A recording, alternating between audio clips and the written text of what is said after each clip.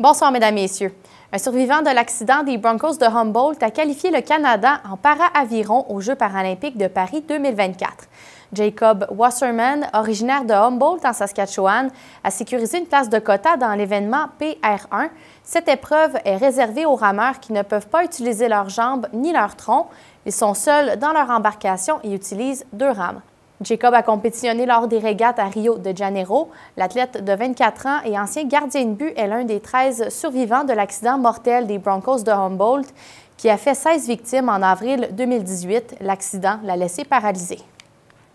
Au hockey, les séries éliminatoires ont commencé hier soir dans la Ligue de hockey de l'Ouest et 4 équipes de la Saskatchewan sont dans la course au championnat.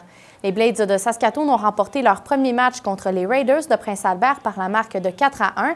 L'équipe de la Ville-des-Ponts est en quête d'un premier titre dans son histoire. À Moose Jaw maintenant, les Warriors ont défait les Wheat Kings de Brandon par la marque de 7-4. Dans ce festival offensif, l'attaquant des Warriors, Martin Ricevi, a inscrit 2 buts et 1 mention d'aide. Finalement, les Broncos de Swift Current ont blanchi les Hurricanes de Lethbridge par la marque de 3-0. Ces 4 équipes jouent à nouveau ce soir à l'occasion du 2e match de la première ronde.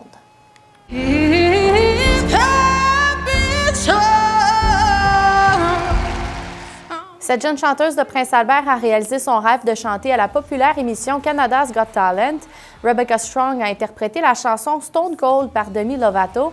Sa performance a poussé les juges à appuyer sur le bouton or qui fait automatiquement gagner 25 000 $ au candidat.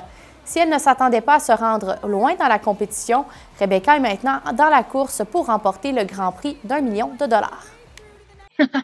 I'm a very emotional person, so I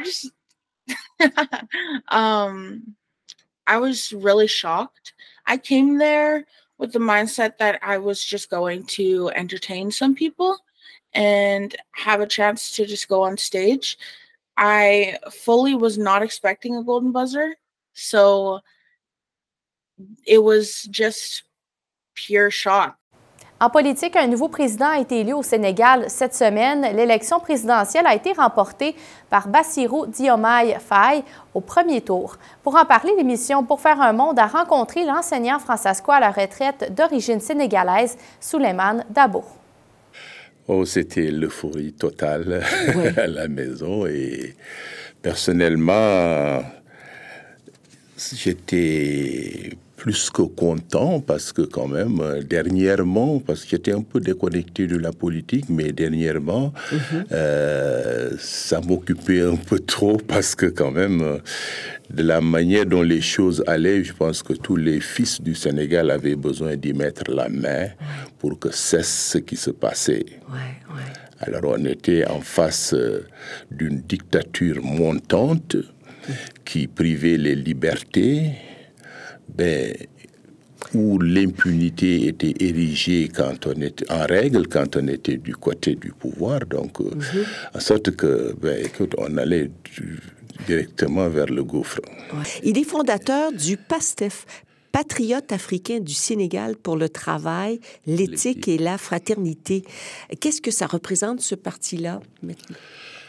Ce parti est, si tu veux, ce que ça représente pour les Sénégalais, c'est la bouffée d'oxygène qui manquait au Sénégal. Pendant longtemps, le discours politicien, je vais dire, au Sénégal, était simplement, élisez-moi, après je vais vous donner des bonbons. Voilà, c'est ce que ça se faisait. Et vraiment, la gestion n'a jamais été correcte. Et dernièrement, avec Macky Sall, ce qui s'est passé, c'est que les choses se sont dégradées jusqu'au niveau des principes fondamentaux qui régissent notre commun vouloir de vie commune. Il n'y avait plus de démocratie dans notre pays.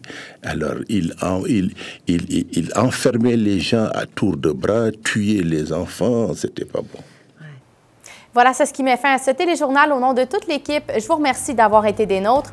On se retrouve plus tard et d'ici là, passez une très belle soirée.